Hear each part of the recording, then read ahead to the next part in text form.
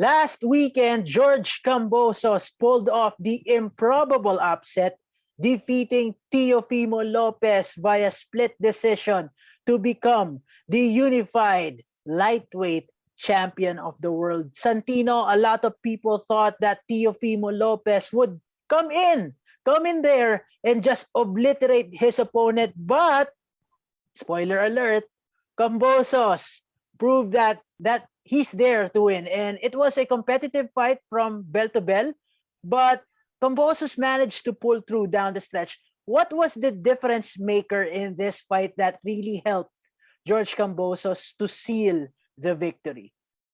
I think para sa akin, no, yung game plan ni George Kambosos, he was able to stick to his game plan. He took the fight to Teofimo Lopez. Even during that later parts of the fight, nung nagpe-pick up ng steam ulit si Teofimo Lopez, I myself thought he would be able to pull off a 10th round knockdown or knockout. Like pretty much or reminiscent to what we saw from Terence Crawford last weekend. No? But ayun nga, what Kambosos did was after that perilous 10th round, kumbaga, he was able to gather himself and instead of what most people do after getting knocked down na nagka-cower out sila or medyo nawawala yung game plan, he was able to remain composed. He continued to land the better shots and score points against Teofimo Lopez. On your point na many people thought that Teofimo Lopez would come in and steamroll Kambosos. I myself was one of those people. Tinanong ako ni Boy at Season nung Thursday and very very confident yung pag-aasabi ko na smart money was on Teofimo Lopez. So I'm sorry kung may mga pumusta dahil sa akin, pero boxing yan. So, anything can happen. Exactly. Well, Santino, how would you rate Kambosos, ito nga tinatawag first acid test niya in his career, and also how would you rate itong performance niya? Let's say, how would you rate his performance in his first world title fight of his boxing career? Anong rating system ba natin? A+, 90, gano'n? Bahala ka na kung 1 to 10 or A+. Or 5 stars, katulad ni Dave Meltzer. Mga gano'n. So, bigyan natin ng hindi ko mabibigay na 5 stars. Kaya syempre kung 5 stars na knockout na si Lopez na mga first 5 rounds, I'd give it siguro 4 stars. Kasi, yun nga, George Kambosos came in and pretty much showed, like what you said, showed that he belonged in the upper echelon of the division. And he proved a lot of people wrong in basically pushing Teofimo Lopez to the limit, taking his best punch or best punches and surviving, pulling out to earn a split decision victory. So yeah, there's nothing, I don't think there's anything else you can ask for our first foray into world title boxing, diba? So yeah, I think I'd give it, sige, sabihin natin, 4 out of 5 stars or an A. Para sa akin. Yun ang grade ko kay George Kambosos. Well, not bad. Greatest win in Australian boxing history. Kawawa naman si Jeff Horn. Anyway, were you surprised that there were no adjustments made by the corner of Lopez? Because I understand that Lopez made a promise before the fight that he would hunt for the finish early. But if you see your fighter is not pressing the right buttons in a very challenging situation, and it's, katulad ng laban last weekend, the intelligent intervention of the head trainer is needed. What are your thoughts on that? You can say that, but again, what the trainer says during in between rounds is different from what the boxer pulls off within that 3-minute or interprets, no? Within that time inside the ring.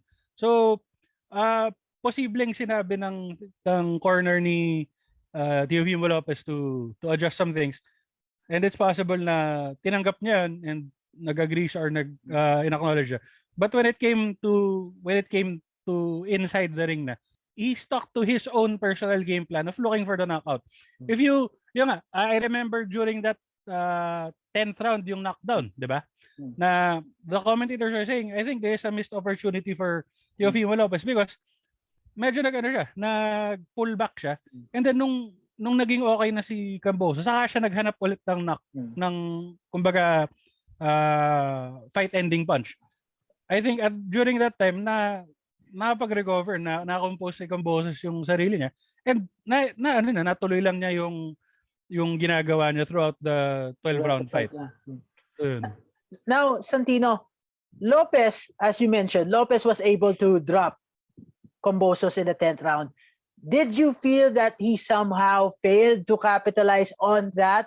Or was it really his last-ditch effort to try and change the course of the fight? Because, alam mo yan, interesting yung scorecard, especially dun sa first round pa lang, in-score ng 10-9 lang, despite scoring a knockdown in the first round. Pero at that point, alam nating dikit pero medyo delikado pa rin So, syempre, ika nga nila, don't leave it in the hands of the judges. Pero ano ang pananaw mo dito sa 10th round knockdown?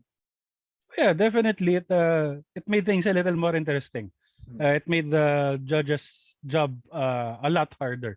Kasi I believe na if hindi nangyari yung knockdown na yun, at that point I think Kambosos was coasting already. Yeah, I believe he would have gone on to kumbaga just do what he was doing, possibly go 10-9, finish all 12 rounds with a 10-9 score for each round. Mas close or mas decisive sana yung victory ni George Kambosos. But yun nga, nakita natin medyo malaking bagay yung knockdown. I myself thought it was going to be over with, but yun nga, dahil doon I think at least naibato pa ni Teofimo Lopez na maging split decision. Whether or not it was a last-ditch effort, I don't think naman it was a last-ditch effort. It was I think it was that punch na hinahanap niya. The thing is, hindi niya na, like I said earlier, hindi siya napag-follow up. Hindi niya natuloy. Kasi I believe, medyo early in the round pa yung knockdown, diba? I believe if Teofimo Lopez was able to continue the pressure, to press the action, it was highly likely that they would have been able to put George Kambosos away. Just to end the discussion, will it be a no surprise from your end if this fight wins Fight of the Year and Upset of the Year on the part of George Kambosos in the year-end awards of 2021? Yeah, I don't think it should be a surprise. It was a good fight. It was an entertaining fight. It had all the drama that you could ask for in a World Championship boxing fight. It showed the true beauty of combat sports. Because we always say, combat sports fans always say, very unpredictable, whether it's MMA or boxing. Anything can happen. And we saw that this weekend with Kambosos and Lopez. Na a lot of people were already counting Kambosos out, including myself, because I felt that he was a little too green, kumbaga. But he showed that he was ready for the moment, and he could have he did he took out one of the biggest names in the lightweight division today, the man who stunned the world himself. Exactly, beat the man by upsetting Vasily Lomachenko. So yeah, an upset meets an upset. So upset of the year, quite possibly. I don't see any other candidates right now that are that noteworthy, kumbaga.